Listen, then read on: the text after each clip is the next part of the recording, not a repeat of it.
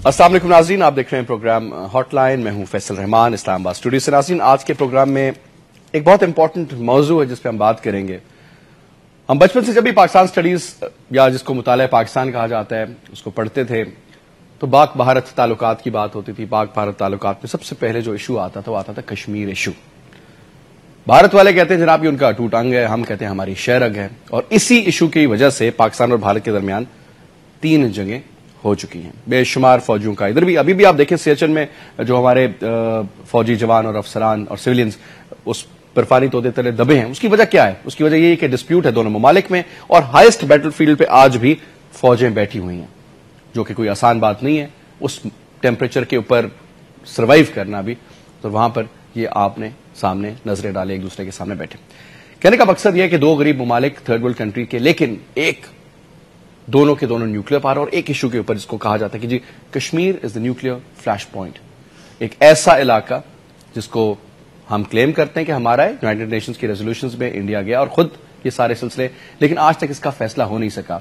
बेशुमार तहरीकें चली, उसमें बंदूक भी उठाई गई, लेकिन उसके बावजूद यह मसला आज तक नहीं आया। किसी भी दुनिया के खित्ते में इतनी ज्यादा मिलिट्री की पॉपुलेशन नहीं है, अगर हम रेशियो के हवाले से बात करते हैं, जितनी कश्मीर में है। एक अंदाजे के मुताबिक 7.5 लाख फौजी इस वक्त कश्मीर पे काबिज है भारत का, और हक खुद इरादियत की जो एक तहरीक है उसको दबाने की हर अंदाज में भरपूर कोशिश की गई है।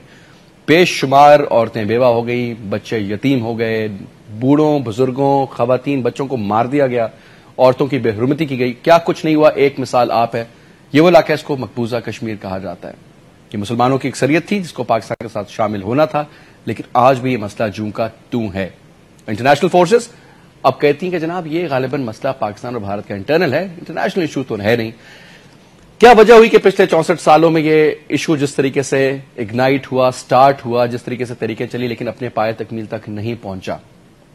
बहुत सी तहरीकों में से JKLF, Jammu Kashmir liberation front भी एक तहरीक का नाम है, जिसने बड़ी कुर्बानियां दी, बड़ा कुछ किया। उसके रहनुमाओं ने बड़ी बड़ी सजा काटी और बड़े बड़े जानी कुर्बानियां भी उन्होंने दी, लेकिन रिजल्ट आज तक मिला नहीं। क्या ये कश्मीर कभी आजाद होगा या महज बातों और फर्जी कहानियों की हद तक एक किस्सा रह चुका है? इसी हवाले से बात करेंगे। आज के हमारे मेहमान वो शख्सियत जो 1963 में श्रीनगर में पैदा हुए। मिलिटेंसी के हवाले से उनके ऊपर एक स्टैंप लगा दी, एक परसेप्शन क्रिएट कर दी कि जनाब मिलिटेंट क्यों बने, कैसे बने, क्या वजह हुई, और जो इतनी कुर्बानियां दी, और मेरे ख्याल में जितनी इन्होंने फिजिकली जितना टॉर्चर इन्होंने बर्दाश्त किया कश्मीर की तहरीक में शायद ही किसी ने बर्दाश्त किया हो। नाज़रीन, मैं बात कर रहा हूं यहां पर रहनुमा chairman JKLF Jammu Kashmir liberation front के जनाब यासीन मलिक साहब का। इस वक्त आज हमारे प्रोग्राम में हमारे मेहमान हैं। बहुत बहुत शुक्रिया मलिक साहब, आप प्रोग्राम में आए, एंड वेरी वेरी वेलकम आपको जी। बहुत बहुत शुक्रिया मैं एक दफा फिर अदा करूंगा। मलिक साहब, कश्मीर का इशू, हमारा नजरियाती एक बहुत सपोर्ट उसके साथ सारा कुछ, ये मसला कभी हल होगा या ये महज पिछले 64 सालों से जैसे चल रहा है इसी तरीके से आगे भी ड्रैग होता नजर आता है आपको? देखिए, अगर हम हिस्टोरिकल सेंस में बात करें, चूंकि हम हमेशा लगाते हैं हिस्ट्री को अपनी उम्र के हिसाब से, तो अगर कोई चीज मेरी उम्र में नहीं हुआ तो फिर शायद ये हो ही नहीं सकता। लेकिन हिस्टोरिकल सेंस में हम देखें कि दुनिया में आज जितने भी सॉवरेन कंट्रीज हैं, अमेरिका से लेकर अभी रिसेंटली ईस्ट तिमोर, कोसोवो भी मुल्क बन गए। ये तवारीख में किसी न किसी वक्त पे गुलाम रह चुके हैं, कॉलोनीज बन गए थे। इसी तरह हर एक कौम की अपनी अपनी आज़ादी की तहरीक चली और ये मुल्क आज़ाद हो गए। इसलिए मुझे जिस तरह अल्लाह पे यकीन है उसके होने पे, और इसी तरह मुझे यकीन है कि कश्मीरियों को आज़ाद होना है। उन्होंने कुर्बानियाँ दी हैं और it is a matter of time कि वक्त कितना लगेगा, लेकिन कश्मीर की जो तहरीक आज़ादी है ये हक पे मबनी तहरीक है और कश्मीर को आज़ाद होना है। अच्छा, दो चीजें, एक तो ये इंटरनेशनल लेवल पर लॉबिंग बहुत इंपॉर्टेंट है कि जनाब इंडिया की अपनी लॉबी है। हर तीसरे थिंक टैंक में अमेरिका में इंडियन बैठा हुआ है, हर यूनिवर्सिटी के किसी न किसी डिपार्टमेंट हेड में बतौर इंडियन। ये आपके सामने फैक्ट्स एंड फिगर्स हैं। आप समझते हैं कि पाकिस्तान की जो सपोर्ट है इंटरनेशनल लॉबिंग के हवाले से वो उतनी मजबूत या उतनी सॉलिड और उतनी इफेक्टिव नहीं है जितनी कि भारत ने कर ली? देखिए, हिंदुस्तान का एक उसको आप प्लस पॉइंट कहे या उनका मेहनत थी, हालांकि उनका केस बहुत वीक है। जो मसले कश्मीर में जो हिंदुस्तान की पोजीशन है, कोई मॉरल स्टैंडिंग नहीं है उस पर, क्योंकि उन्होंने खुद वादे किए हैं इंस्ट्रूमेंट ऑफ एक्सेशन के हवाले से भी, या उनके पार्लियामेंट के जो वादे हैं कश्मीरी लोगों के साथ कि हम आपको मुस्तकबिल का फैसला करने का हक देंगे।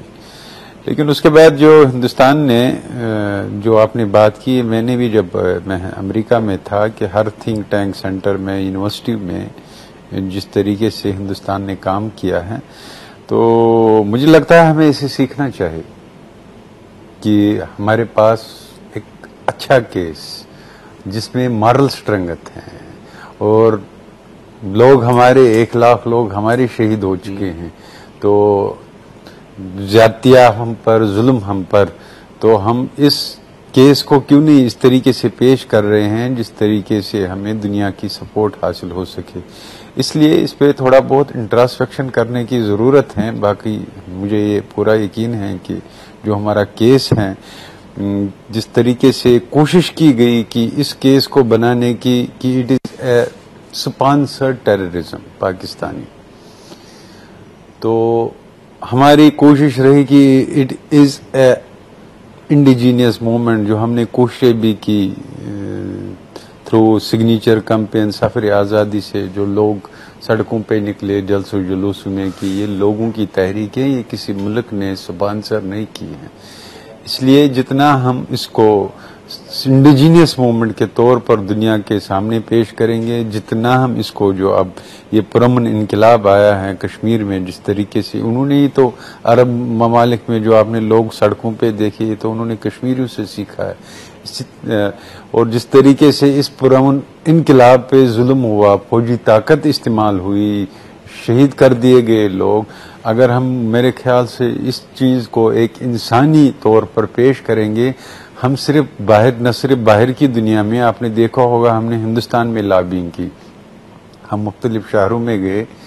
जब 2011 में कश्मीर में 122 लोग शहीद हो गए, बेंगलोर में जुलूस निकला, वो सारे हिंदुस्तानी थे अपने मुल्क के खिलाफ। दिल्ली में, बम्बई में बड़े बड़े जुलूस निकले, ये सारे हिंदुस्तानी सिविल सोसाइटी के लोग थे कि कश्मीरियों पे अगर हम एक इंडिजीनियस मूवमेंट, जिस तरीके से 90 में एक इंडिजीनियस मूवमेंट नजर आ रही थी, romance of the indigenous movement, अगर हम उसको इसी तरीके से दोबारा पेश करेंगे, हम न सिर्फ बाहर के मुल्कों में अभी कर सकते हैं। इस वक्त आफ्टर 9/11 सिनेरियो चेंज हो चुका है।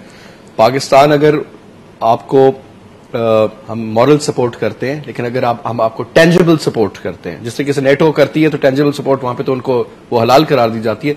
लेकिन यहां पे अगर पाकिस्तान टेंजिबल सपोर्ट करता है फॉर एग्जांपल, तो उसको मिलिटेंसी, उसको प्रमोट करने में, उसको टेररिज्म प्रमोट करने की सेंस में ले लिया जाता है।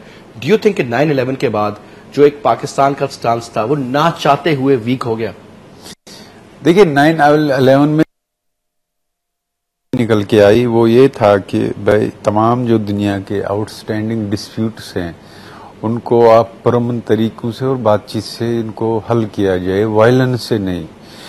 लेकिन ये तो दोनों साइड से पे लागू होना चाहिए। इसको आप यूनिलेटरली किसी मजलूम कौम पे ही तो लागू नहीं कर सकते। इंडिया ने तो पोटा और किस किस्म के कानून, काले कानून बना के लागू मैं उसी की तरह जा रहा हूं। तो अब जब कश्मीरी लोगों ने एकतरफा तौर पर बंदूक की तहरीक छोड़कर पुरअमन इनकलाब सड़कों पे निकला है, उस पर भी फौजी ताकत इस्तेमाल हुई। और जब कश्मीरी लोगों ने ट्रांजिशन दिखाई from violent movement to non violent movement, अब तो इंटरनेशनल कम्युनिटी पे अखलाकी फर्ज है कि अब इस मसले को हल करने के सिलसिले में वो दिलचस्पी दिखाए, क्योंकि उन्होंने खुद कहा कि मसाइल को जो पीसफुल तरीके से हल करो। कश्मीरी लोगों ने खुद ही यूनिलेटरली पीसफुल एटमॉस्फेयर पैदा किया, तो इसमें तो उनकी क्या अखलाकी फर्ज नहीं बनता है? ये जो क्रिमिनल नेग्लिजेंस है उनकी तरफ से, ये क्रिमिनल नेग्लिजेंस कहीं कश्मीरी लोगों को ये सोचने पे न मजबूर करे कि तालिबान के एटीट्यूड से ही मसाइल हल होते हैं, क्योंकि कश्मीरी लोगों ने बंदूक छोड़कर पुरअमन तहरीक शुरू की। यहाँ आप तालिबान के साथ पूरी दुनिया उनके खिलाफ लड़ रही थी, सारी मुल्कों की फौजें, लेकिन आज उनके साथ बातचीत हो रही है। यहाँ दूसरी कौम है जिसके पास बंदूक थी, उसने छोड़ के पुरअमन तहरीक का रास्ता इख्तियार किया और उसमें आप कोई दिलचस्पी नहीं दिखा रहे। क्या आप उनको भी ये मैसेज दे रहे हैं कि पहले आपको तालिबान बनना है तब आपका मसला हल होगा? इस पे बात करेंगे सर, एक ब्रेक का इशारा होता है, ब्रेक लेते हैं, ब्रेक के बाद वापस आते हैं और पता करेंगे कि क्या दुनिया की तहरीकों में क्या बंदूक के जोर पर ही आजादी हासिल की जाती है या फिर पुरअमन तरीके से भी की जाती है। जो गांधी का एक कॉन्सेप्ट था, क्या उस पर अमल ज्यादा करने से इफेक्टिव होंगे या फिर थोड़ा सा तालिबानाइजेशन का अगर कॉन्सेप्ट हो तो जोर बाजू से कश्मीर को अलग किया जा सकता है। एक ब्रेक लेते हैं, वापस आते हैं। वेलकम बैक जी, वेलकम बैक। सर दो चीजें, एक तो आप पाकिस्तान की मिसाल आपके सामने जी, जब तहरीक आजादी पाकिस्तान की बात होती है तो पाकिस्तान जब 47 में आजाद होता है तो सिर्फ बंदूक की जोर नहीं थी। क्या ये कॉन्सेप्ट था आपके जहन में कि जनाब अब हमें उस स्कूल ऑफ थॉट में जाकर के आजादी की बात करनी चाहिए, या फिर आप समझते हैं कि वो फैक्टर्स जो आपको फिजिकल या टेंजिबल सपोर्ट देते थे वो बैकआउट कर गए और आपके लिए मजबूरी थी कि अब इस तरफ आना है? देखिए, कश्मीरी तहरीक 66 साल से हैं और कश्मीरी लोगों का कोई वायलेंट बैकग्राउंड नहीं है, मार्शल बैकग्राउंड जिसको आप कहेंगे। ठीक, इन्होंने हमेशा एक पुरअमन कौम रही है। जो 88 की बंदूक की मूवमेंट थी, ये तो ये है कि पुरअमन तहरीक में हमें इंट्रागेशन सेंटरों में डाला गया। मेरा खुद 87 में इंट्रागेशन सेंटर में हार्ट वैल्यू खराब कर दिया गया, फिजिकल टॉर्चर की वजह से। फिजिकल टॉर्चर की वजह से। ये वो दौर थे जहां पर स्पेस ही नहीं थी नॉन वायलेंट मूवमेंट के लिए, तो हम लोगों ने बंदूक शुरू की।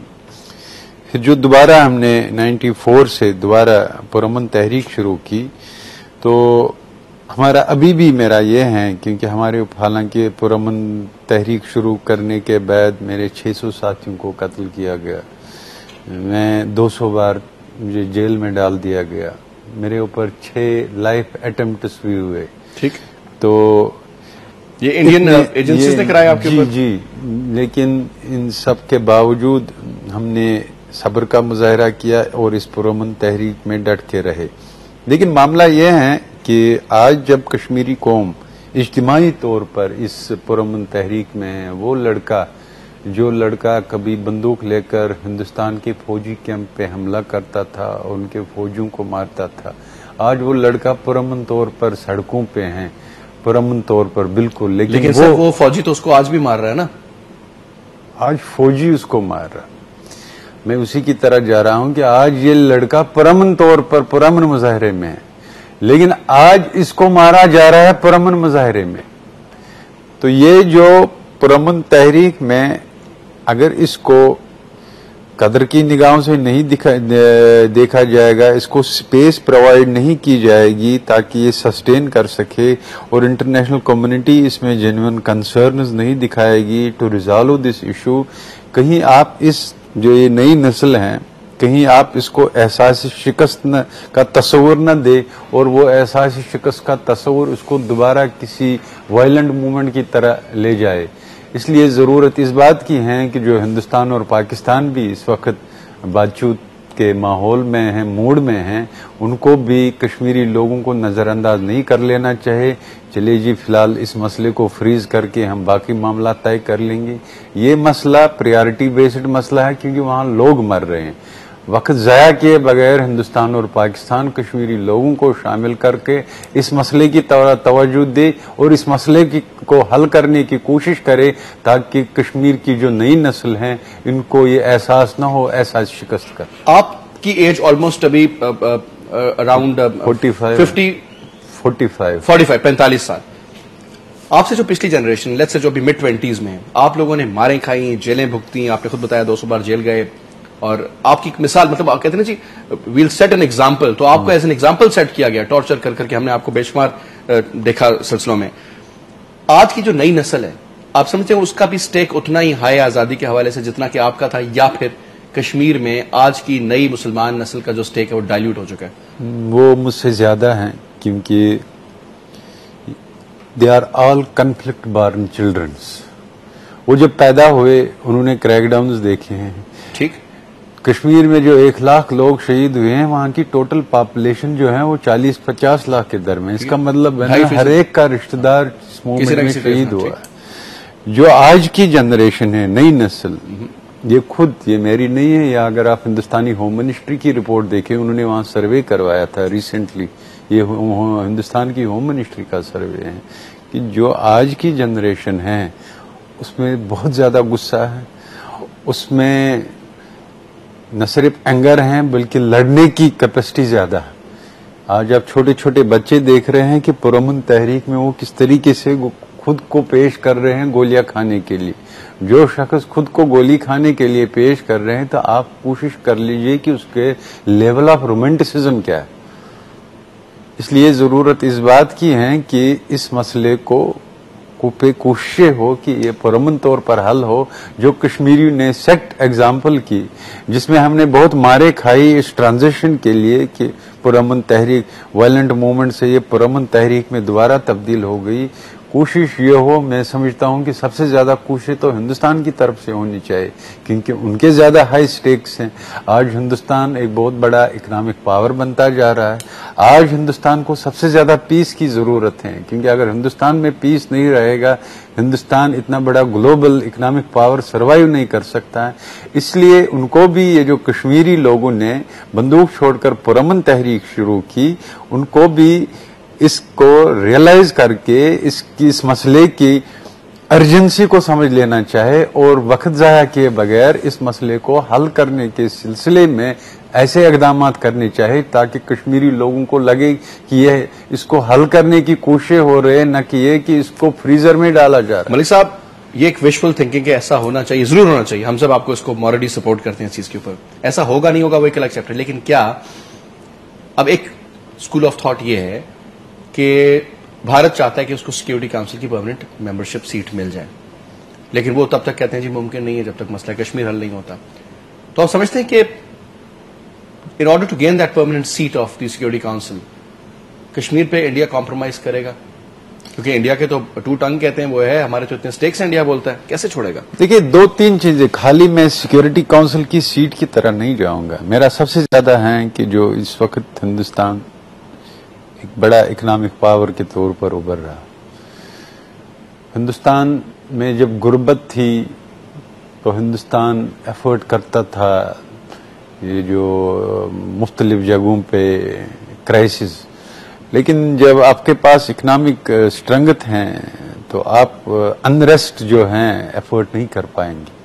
इसलिए मुझे लगता है कि हिंदुस्तान के भी बहुत हाई स्टेक्स हैं इस मसले को हल करने के से। अगर उन्होंने नहीं किया हल तो ये उनकी बदकिस्मती होगी, और ये मुझे नहीं पता है कि इन नौजवानों को वो किस की तरफ धकेल रहे।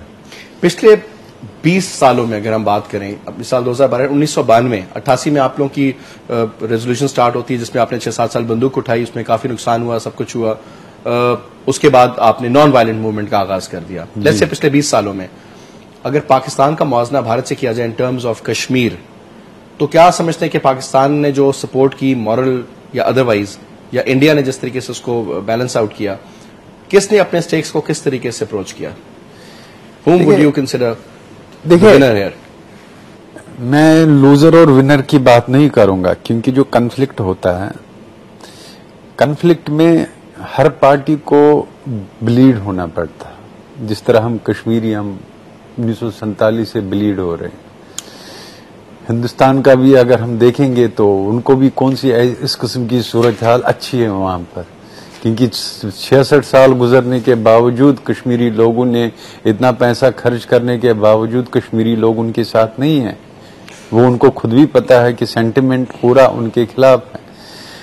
इसलिए जरूरत इस बात की है कि ये जो 66 साल गुजर गए, 66 साल का मतलब हो गया 4 जनरेशन। जब 4 जनरेशनों ने किसी किस्म का कंप्रोमाइज नहीं किया है, हिंदुस्तान ने करप्शन का भी इस्तेमाल किया। कश्मीर में बहुत जबरदस्त डेवलपमेंट है, वहां ऐसी बात नहीं है कि हिंदुस्तान ने वहां पैसा खर्च नहीं, उन्होंने बहुत जबरदस्त पैसा खर्च किया। लेकिन जब आपका डेवलपमेंट भी, आपका मारदाड़ भी, आपका करप्शन भी कश्मीरी लोगों के सेंटिमेंट को असरअंदाज नहीं कर सका, इसलिए वक्त आ गया है कि हमें हकीकत पसंद बनना चाहे और इस मसले को हल करने की तरह संजीदे कोशिशें कर लेनी चाहिए। एक ये मुझे बताइएगा, इससे पहले कि ब्रेक पर जाएं, कि क्विकली अगर मुझे बताइएगा सर कि इन द लॉन्ग रन, ये फिर मैं दोबारा बात करता हूं, कोई ऐसी सूरत होगी कि दोबारा से बंदूक का जोर, militancy, infiltration, attacks on the soldiers, their camps, ये हमें रास्ता इख्तियार करना पड़ेगा, या इसके बगैर? नॉन वायलेंट मूवमेंट के 20 साल हो गए, रिजल्ट कुछ नहीं निकला, इंडिया ने अपनी लॉबी और तगड़ी कर ली। टेक्निकली एज ए लेमैन अगर देखा जाए और एज ए न्यूट्रल ऑब्जर्वर देखा जाए, तो मुझे तो लगता है भारत ने अपनी पोजीशन को ज्यादा स्ट्रांग किया। देखिए, I believe in non violent movement, that is my spirit. और हमने जो इनकलाब लाया था जो 2008, 2009, 2010, उसने एक चीज साबित किया कि ये स्पॉन्सर्ड मूवमेंट नहीं है, बल्कि ये लोगों की तरह। इंडिया तो हमेशा कहता है कि ये पाकिस्तान या आईएसआई ने इसको स्पॉन्सर किया, लेकिन जो लोग सारे इलाकों में सड़कों पे बैठे, उसने तो ये बिल्कुल दुनिया को एक पैगाम। अब दूसरी बात जो आप कह रहे हैं, मैंने पहले भी अर्ज किया कि इस पुरअमन तहरीक में अगर जो दुनिया, खुसूसन मैं इंटरनेशनल कम्युनिटी की तरफ जाऊंगा, जिस तरीके से उनकी आजकल क्रिमिनल नेग्लिजेंस है, अगर ये क्रिमिनल नेग्लिजेंस इसी तरीके से रहेगी, कहीं वो जो कश्मीर की नई नस्ल हैं, कहीं इनको एहसास शिकस्त का तस्वुर न मिले और उनको वो किसी नई इनकलाब की तरह न धकेल दे, वो रिस्क फैक्टर इसमें मौजूद है। ठीक, एक ब्रेक लेते हैं मलिक साहब, ब्रेक लेते हैं, ब्रेक के बाद वापस आते हैं। Welcome back sir. मुख्तलिफ रजीम रहे, let's talk about the present government, और थोड़ा सा मैं माजी में जाऊंगा, थोड़ा सा मुराद मुशर्रफ दौर की मैं बात करूंगा। मुशर्रफ दौर में कसूरी साहब वज़ीर खारजा थे पाकिस्तान के, और मुझे अभी तक याद है कि भारत का दौरा किया प्रेसिडेंट ने, और हमने ये खबर सुनी कि जनाब मसला कश्मीर हल हो गया, वो ड्राफ्ट जो है वो टाइपिंग के लिए भेज दिया गया। एक बहुत बड़ी खबर थी जनाब। फिर पता चला जी कि कोई इंडियन ने कोई अमेंडमेंट की, फिर बीच में दोनों ममालिक की एस्टैब्लिशमेंट के ऊपर ब्लेम आ गया, फिर खास करके इंडियन एस्टैब्लिशमेंट के बाद बात close chapter, back to square one. मुझे बताएं कि क्या, और फिर गिलानी साहब आपके लीडर हैं अगेन, उन्होंने कहा कि जी मुशर्रफ ने कश्मीर कॉज का बेड़ा गर्क कर दिया। थोड़ा सा ये फरमाइएगा मुशर्रफ दौर में ऐसा क्या हुआ, क्या वजूहात थी? मुशर्रफ साहब तो क्लेम करते थे हमने कश्मीर का मसला हल कर दिया, सब मसले ठीक हो जाएंगे, पाक भारत सब सेट हो जाएगा, ये अचानक हुआ क्या? थोड़ा सा रोशनी डालिएगा। देखिए, उस दौर में कश्मीर का मसला ज्यादा फोकस में रहा और डिस्कोर्स में रहा। इंडिया और पाकिस्तान के दरमियान हाई प्रोफाइल बातचीत चल रही थी। हालांकि ये पहले नवाज शरीफ साहब के दौर में शुरू हुआ, जब नवाज शरीफ साहब ने अटल बिहारी वाजपेयी को यहाँ बुलाया था लाहौर बस में, जब आए, जब मीनार पाकिस्तान पे अटल बिहारी वाजपेयी ने तकरीर की थी और उन्होंने कहा था मैं मसले कश्मीर को हल करूंगा। तो उसके बाद रिजीम चेंज होने के बाद जब मुशर्रफ साहब आए तो उनके दौर में भी खासा इस पे हलचल रही, फोकस में रहा। हमारी भी मुलाकातें हुई मुशर्रफ साहब से भी, और प्राइम मिनिस्टर साहब जो यहाँ पर थे शौकत अजीज साहब, उनके साथ भी उस दौर में। तो उनका ये था कि हिंदुस्तान जो हैं कोशिशें हो रही हैं कि इसका हल जल्द से जल्द निकल आए। एक दो पॉइंट थे उसमें, एक तो था डिमिलिटराइजेशन और 4 पॉइंट प्रोग्राम। डिमिलिटराइजेशन का हमने सपोर्ट किया था कि डिमिलिटराइजेशन दोनों साइड्स विड्रॉ करें, हाँ, लेकिन जहां तक 4 पॉइंट का ताल्लुक था, क्योंकि हमें अभी उस मामले का पता ही नहीं था कि इसकी डेफिनेशन क्या है। अगर ये 4 पॉइंट फार्मूला है तो ये एक्सप्लेन नहीं हुआ, क्योंकि ये बायलैटरल टॉक थी ना, ट्राइलैटरल टॉक तो थी नहीं, आप लोग आउट थे सीन से। मैं वही कह रहा हूं, लेकिन एक्सप्लेन तो होना कोई चीज की इसका मतलब क्या है। तो इसलिए 4 पॉइंट पे हमारी रिजर्वेशन थी और डिमिलिटराइजेशन का हमने मुकम्मल सपोर्ट किया था। लेकिन अब जो इस वक्त हैं, इस वक्त ये हैं कि हिंदुस्तान और पाकिस्तान के दरमियान दोबारा बातचीत चल रही है एट इंस्टीट्यूशनल लेवल, लेकिन कश्मीर फोकस में कहीं नहीं है। कश्मीर की कहीं पे बात नहीं है, ना मीडिया में है, ना जो बातचीत अंदर चल रही है उसमें कहीं कश्मीर पे फोकस है। तो कश्मीरी लोगों के अंदर जो है एक तासर जो बढ़ रहा है कश्मीर के अंदर, वो ये है कि दोनों मुल्कों ने फैसला किया है कि इसको फ्रीज कर दिया जाए। तो अगर कश्मीरियों के लिए काबिल कबूल नहीं हो, जरदारी साहब कहते हैं नेक्स्ट जनरेशन पे जाए किस्सा। देखिए, ये कश्मीरी के लिए काबिल कबूल हो ही नहीं सकता है जिनके बच्चे मर चुके हैं, और कश्मीरी लोग नहीं चाहते हैं कि नस्ल दर नस्ल हम इस मसले की वजह से जो है कुर्बान होते रहे। अब जी हम इसको फिलहाल फ्रीजर में रखेंगे, फिर निकाल देंगे, फिर हमारे बच्चे दोबारा शहीद हो जाएंगे, तो ये कश्मीरी लोगों को ये इस किस्म का फैसला कैसे काबिल कबूल हो। कश्मीरी लोग चाहते हैं कि हमारे आने वाले नस्लें इस मसले से जो बच के रहे, क्योंकि उन्होंने बहुत सफर किया है। इसलिए कश्मीरी लोग ये नहीं चाहेंगे कि अब हम आने वाली नस्लों पे ये मसला छोड़ देंगे, उनको भी हमारी तरह जो है सिर्फ जनाजे उठाने पड़ेंगे अपने बच्चों को, और नए शहीदों के कब्रिस्तान आबाद करने पड़ेंगे। मलिक साहब, ये प्रेसिडेंट जरदारी का जो भी विजिट था, निजी दौरा था, एक दिन का दौरा था, उनके बेटे भी उनके साथ थे, रहमान मलिक साहब भी गए, हमारे जिलानी साहब सेक्रेटरी खारजा वो भी गए, खाना शाना खाया, बड़ी खाने की तो बड़ी खबरें लगी, लेकिन कश्मीर के ऊपर कोई बातचीत नहीं हुई, कोई मेजर कॉजेस के ऊपर बात नहीं हुई। उनके मीडिया ने क्या खाने में पका था दोपहर के दौराने में, उसको ज्यादा फोकस बनाया हुआ था। That is the most unfortunate part. हालांकि यहाँ से पिछले 25 साल में जितने भी पाकिस्तान से इवन जो खारजा सेक्रेटरी जाते थे, फॉरेन मिनिस्टर या हेड ऑफ द स्टेट, तो मुझे लगता है हर बार एक तो उनकी कश्मीरी लीडरों के साथ मुलाकातें भी होती थी पाक हाई कमीशन में, दूसरा ये कि कश्मीर ज्यादा फोकस में रहता था, लेकिन आज वो कश्मीर कहीं नजर नहीं आया। यानी कि गवर्नमेंट ऑफ पाकिस्तान, जो पाकिस्तान पीपल्स पार्टी की हुकूमत है, जिसके वज़ीर आज़म गिलानी साहब हैं, जिसके सदर जरदारी साहब हैं, इनकी प्रायोरिटीज में कश्मीर नहीं है। वो इस विजिट ने तो साबित कर दिया कि उसमें कश्मीर कहीं फोकस नहीं था, और ये कश्मीरी लोगों के लिए एक बहुत बड़ी मायूसी थी। एक मोहब्बत का जो एक पैमाना था, उसमें कमी आ गई, आप समझते हैं, इन 4.5 सालों में? देखिए, कश्मीर के लोग तो इंसान हैं, मतलब जिन्होंने कुर्बानियां दी हैं, जिनके बच्चे शहीद हुए हैं, वो तो एक्सपेक्ट कर रहे हैं ना बातचीत में। देखिए, बातचीत से ही तमाम मसाइल दुनिया के हल होते हैं। हम बातचीत के खिलाफ नहीं है, हिंदुस्तान और पाकिस्तान आपस में बातचीत न करे, लेकिन बातचीत करने जब आप जाते हैं तो आप ज्यादा एक्सपेक्टेशन बढ़ाते हैं कि जी शायद मेरा मसला हल हो जाएगा, लेकिन अगर फिर आपके मसले पे बात भी ना हो तो जाहिर है आप लोग तो हर्ट हो जाएंगे। तो मलिक साहब, ये जिस तरह एक अदालत में केस होता है, उस अदालत का नाम हम यूनाइटेड नेशंस रखते हैं, 2 फरीक होते हैं, एक फरीक भारत है, एक फरीक पाकिस्तान है, और मजे की बात है तीसरे फरीक कश्मीर है, लेकिन जिसको हम उस तरीके से उसकी वेटेज नहीं बनाते, हालांकि तो मसला तो है ही आपका। मुझे आप ये फरमाइए, ये बताइए कि इस केस को भारत ने बेहतर मौसर अंदाज में प्रेजेंट किया है इंटरनेशनल अदालत में, या पाकिस्तान ने बेहतर अंदाज में पेश किया है, या हमने उनको अपनी कम अकली की वजह से उनको ज्यादा मजबूत करने पर मजबूर कर दिया कि भाई अपना केस को तगड़ा कर लो, आप हम कॉम्प्रोमाइज कर गए? देखिए, इस पे सोच विचार करने की जरूरत है कि हिंदुस्तान, एक तो उसका कोई लीगल पोजीशन नहीं है कश्मीर में। लीगल पोजीशन इसलिए नहीं है कि इंस्ट्रूमेंट ऑफ एक्सेशन में उन्होंने खुद कहा है कि हम कश्मीरी लोगों को हक देंगे फैसला करने का।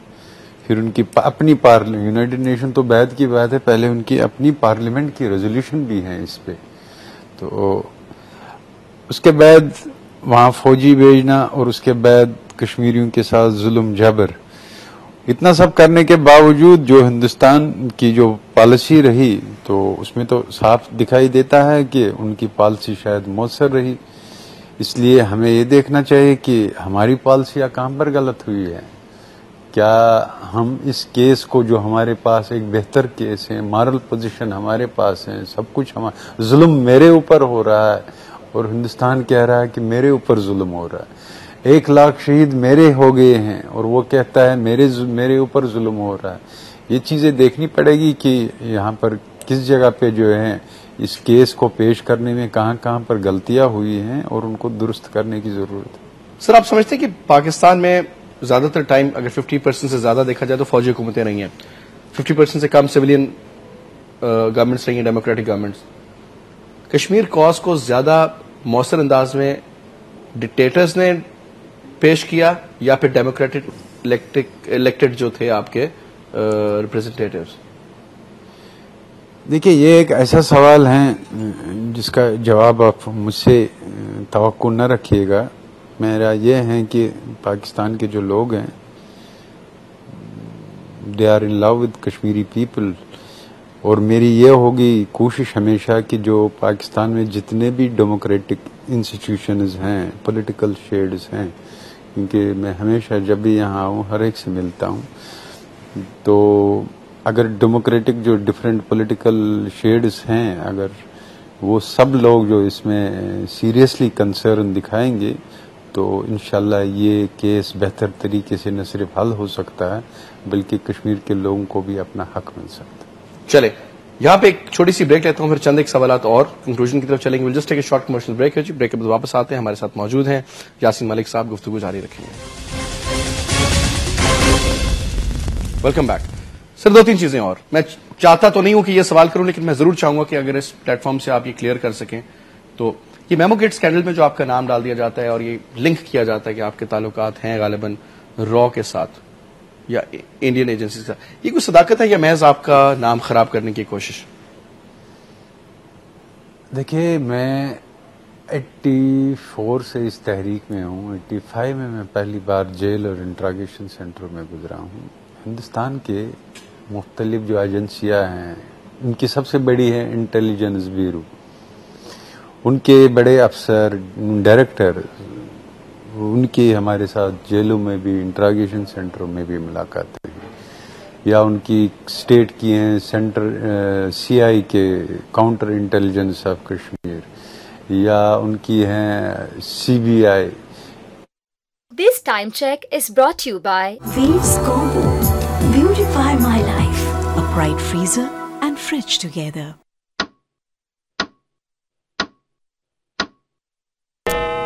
का इंटरनल रोल नहीं है वहाँ रहा का एक्सटर्नल रोल। तो मैंने यहाँ कोर्ट में भी और ये ओपनली कहा है कि जब से मेरा 35 इयर्स का पॉलिटिकल कैरियर है, तो मैं इन इंस्टीट्यूशन में मुझे मिलने, हालांकि मैं प्राइम मिनिस्टर ऑफ इंडिया से जिस दिन मेरी मुलाकात हुई, उस मुलाकात में भी जो उनके इंस्टीट्यूशन के लोग थे, वो तो एक तो था आईबी के डायरेक्टर मिस्टर नरसिम्हन और नेशनल सिक्योरिटी एडवाइजर, और आईबी के उसमें भी कोई राह का अफसर मौजूद नहीं था। लेकिन उनके साथ आपकी मुलाकात से मुराद क्या है? इंटेरोगेशन की हद तक आपसे पूछते होंगे सवाल जवाब? देखिए, जेलों में भी हमें मिलने आते थे आईबी में, राह की बात कर मिलने से मुराद थोड़ी सी फरमाइएगा। देखिए चाय पीते थे, गप लगाते थे कि आप? नहीं, जेलों में नहीं, जेल एक तो होता है इंट्रागेशन सेंटर। जब जेलों में मिलने आते हैं, जेलों में तो पॉलिटिकल रोल होता है उनका, वो हमारे पास आते हैं मिलने के लिए। क्या कहते हैं, बात क्या करते हैं? उसमें ये होता है उनका कि आप कंप्रोमाइज कर सकते हैं, नहीं कर सकते हैं, बातचीत कर सकते हैं, नहीं। लेकिन जहां तक राह का ताल्लुक है, मैंने कोर्ट में भी कहा और सब लोगों को कहा कि मेरी 35 साल की पॉलिटिकल लाइफ में, if anybody will prove I have met ever any रॉ official, I will take retirement from politics. You have never met anybody from Ra, never. इसमें ये हो सकता है कि कोई उनके इंटरनल एजेंसी का बंदा जो रॉ का हो, नाम बदल के मिल रहा हो, वो एक अलग बात है। नहीं, मैं आपसे खुद ही कह रहा हूँ। देखिए, जब हमें, मैं आपको यहीं से कह रहा हूँ जी, हमें इस एजेंसी के मिले, इस एजेंसी के मिले, तो अब रा का मिले दूसरे नाम से क्यों मिले? ठीक, चल। खलील चिश्ती की रिहाई 20 साल बाद उनको रिहा किया गया, साइंसदान थे, इनको पकड़ लिया गया। नहीं समझते कि एक अच्छा मुस्बत कदम है इंडिया की तरफ से? He was in a jail. It is a very good gesture, and Pakistan ने भी जो सरबजीत सिंह का फैसला किया है, it is also a good gesture. Give and take का एक give and take. People to people contact में कितना बिलीव करते हैं आप? समझते हैं पाकिस्तान और भारत के लोग आपस में मिलेंगे तो ताल्लुकात बेहतर होंगे, एक्सचेंज प्रोग्राम्स होने चाहिए स्टूडेंट लेवल पे? पीपल टू पीपल कांटेक्ट में एक बहुत बड़ा ये होता है, क्योंकि एक दूसरे में मुल्कों में मीडिया के जरिए होस्टाइल, क्योंकि 50 साल तक तो होस्टाइल मीडिया था दोनों साइड से, तो वो अपनी मीडिया के जरिए वहाँ के लोग पाकिस्तानियों को जानते हैं, यहाँ के लोग हिंदुस्तानी। लेकिन जब मिलते हैं, जिस तरह बन गया, जर्नलिस्ट बन गया, शायर भी आगे पीछे लोग, लेकिन जब आप खुद मिलते हैं तो एक कॉन्स्टिट्यूएंसी डेवलप होती है। जिस तरह हमने हिंदुस्तान के अंदर कश्मीर के लिए एक पावरफुल पीपल्स कॉन्स्टिट्यूएंसी पैदा की, जिसमें हिंदुस्तान का दबाव, हिंदुस्तान की गवर्नमेंट पे एक दबाव आ गया कि इस मसले को हल करो, और जो हिंदुस्तान में रेडिकल्स हैं, अब तो वो इतने फ्रस्ट्रेट हो चुके हैं, जब भी हम दिल्ली और किसी भी जगह जाते हैं वो हम पर हमले करने लगते हैं, क्योंकि उनको लगा कि हिंदुस्तान में एक पब्लिक कॉन्स्टिट्यूएंसी रोज ब रोज बढ़ती जा रही है जो दबाव बढ़ा रही है कि कश्मीर के मसले को हल करो। जब आप इंडिया में जाते हैं, बॉम्बे में, दिल्ली में, किसी कलकत्ता में, किसी बड़े शहर में, वैसे किसी कॉन्फ्रेंस में मिलने के लिए, इज्जत मोहब्बत प्यार से मिला जाता है या फिर आपको नफरत की निगाह से देखा जाता है कि यार ये तो सेपरेटिस्ट मूवमेंट के सपोर्टर हैं? देखिए, एक दिन मेरा दिल्ली में 2000 में पहली बार में दिल्ली यूनिवर्सिटी में मेरा उन्होंने इनवाइट किया था स्टूडेंटों ने। वहाँ जो बीजेपी और कांग्रेस की स्टूडेंट यूनियन थी, तो उन्होंने वहाँ पर हल्ला कर दिया। ठीक। लेकिन स्टूडेंटों ने मेरी तकरीर सुनी थी, लेकिन यही स्टूडेंट 70% स्टूडेंट जो थे, हालांकि वहाँ टेयर गैस शेल स्टूडेंट खड़े हो गए जिन्होंने नारे दिए, यासीन मलिक संघर्ष करो, हम तुम्हारे साथ हैं। तो जो बीजेपी और इसके, उन्होंने तो वहां पर हंगामा किया, उन्होंने हम पर गालियां भी दी, उन्होंने डिस्टर्ब किया वो पूरी प्रोसीडिंग। इसी तरह जब हम जाते हैं आजकल वो डिस्टर्ब करते हैं। लेकिन इससे ये हुआ कि जो कश्मीर के मतलब एक कॉन्स्टिट्यूएंसी है, जो हमारा काम था कि कश्मीर हिंदुस्तान के अंदर एक अवेयरनेस कैंपेन शुरू की जाए, उसमें बहुत हद कश्मीरियों को कामयाबी मिली। किस हद तक मीडिया का किरदार होगा, पाकिस्तानी मीडिया का, कश्मीर कॉज को हाईलाइट करने में? कश्मीर डे की हद तक नहीं, इन जनरल भी। देखिए, कश्मीर का मसला एक इंसानी मसला है, ये कोई दहशतगर्दी का मसला नहीं है। हिंदुस्तान के मीडिया में भी कश्मीर जो है हमेशा रहता है, चाहे आप नेगेटिव वेव से देखें या पॉजिटिव वेव से। इसी तरह पाकिस्तानी मीडिया पे भी एक अखलाकी फर्ज बनता है कि वो इस साउथ एशिया के हिस्से हैं, बरसगीर के हिस्सेदार हैं, तो जो कश्मीर में जो कुछ हो रहा है उसको हाईलाइट करना और कश्मीर पे ये थ्रस्ट करना कि अब अगर पुरअमन तहरीक वहाँ चल रही है, ये इस पुरअमन तहरीक का तकाजा है कि इस मसले को अब हल किया जाए। जो दोनों ममालिकों के दरमियान बातचीत चल रही है, इस बातचीत पे मीडिया का एक थ्रस्ट होना चाहिए कि कश्मीर के मसले को हल करने के सिलसिले में संजीदा कोशिशें हो। नवाइवा ग्रुप का हमेशा से एक स्टांस रहा है, बहुत pro Pakistan and pro Kashmir. Kashmir cause को हमने हमेशा सपोर्ट किया, अपने हमारे टेलीविजन चैनल ने भी, अखबारात ने भी। What else needs to be done and how do you think can be support the Kashmir cause further? देखिए, नए वक्त का हम शुक्रगुजार हैं कि उन्होंने हमेशा जो कश्मीर का काज है, कश्मीर का काज नए वक्त की ग्रुप के लिए हमेशा एक प्रायोरिटी है। तो जो इसके एडिटर साहब हैं, जिसको मैं मानता हूं क्योंकि अब उसको 50 साल हो गए उसकी कंप्लीट एज एडिटर, कि जर्नलिज्म में एक हिसाब से उसकी जो हैसियत है वो बाबाई साहब, अल्लाह ताला उनको जिंदगी दे और उनको सेहत अता करे। और मैंने उनसे बहुत बार मुलाकातें की, उन्होंने बहुत से फोरम किए मेरे लिए, तो मैंने उसमें हमेशा पाया है कि वो चाहते हैं कि कश्मीरी लोग जो हैं उनको पर जो जुल्म हो रहा है उसकी कहीं पे जो है सुनवाई हो सके, और मसला कश्मीर हमेशा इसकी प्रायोरिटी में रहा कि ये मसला हल होना चाहिए। सर, कश्मीर बनेगा पाकिस्तान, कश्मीर बनेगा आजाद रियासत, या कश्मीर शामिल होगा भारत के साथ? देखिए, मैं जो चाहता हूं, मैं चाहता हूं कश्मीर आजाद मुल्क रहे, लेकिन हमने हमेशा बहरहाल कहा है कि जो लोग इज्तिमाई जमहूरी फैसला करें, अगर वो हिंदुस्तान के साथ उनका फैसला होगा इज्तिमाई जमहूरिया, I will accept the democratic decision of the people of Kashmir. अगर कश्मीर के लोग पाकिस्तान के साथ जाना चाहते हैं, we will accept people of Jammu and Kashmir. अगर कश्मीर के लोग आजाद रहना चाहते हैं, both India and Pakistan must accept whole heartedly the democratic decision of the people of Jammu and Kashmir. Sir, last, any message you want to give to the Kashmiri people or to the Pakistani people for the cause, please?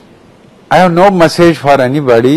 Kashmiri लोग तो बेचारे struggle में हैं, उनको हम क्या message दे सकते हैं, लेकिन मेरा ये ईमान है है विद कंप्लीट हिस्टोरिकल सेंस, जो ये कहता है कि कश्मीर के मसले को फ्रीज करने से कश्मीर का मसला खत्म होगा, ये मसला खत्म नहीं हो सकता है, बल्कि कश्मीर के मसले को हल होना है, क्योंकि कश्मीरी लोगों ने कुर्बानियां दी हैं और कश्मीरी लोग इसको हल किए बगैर बैठ के नहीं रहेंगे। मैं बहुत शुक्रिया अदा करूंगा यासीन मलिक साहब, आपका प्रोग्राम में आए, हमारे साथ शामिल हुए। इंशाल्लाह वी होप के अगले आने वाले वक्तों में भी आप हमारे साथ शामिल रहे हमारे प्रोग्राम से। नाज़रीन, इसके साथ ही आज का प्रोग्राम अपने इख्तिताम को पहुंचता। आज के मेहमान यासीन मलिक साहब का स्टांस ओवरऑल कश्मीर इशू के ऊपर आपने डिटेल में सुना, कश्मीर कॉज की इंपॉर्टेंस, उसकी अहमियत के ऊपर हमने बात की। इंशाल्लाह कल फिर आपसे 8 बजे मुलाकात होगी, तब तक के लिए इजाजत दीजिए। खुदा हाफिज।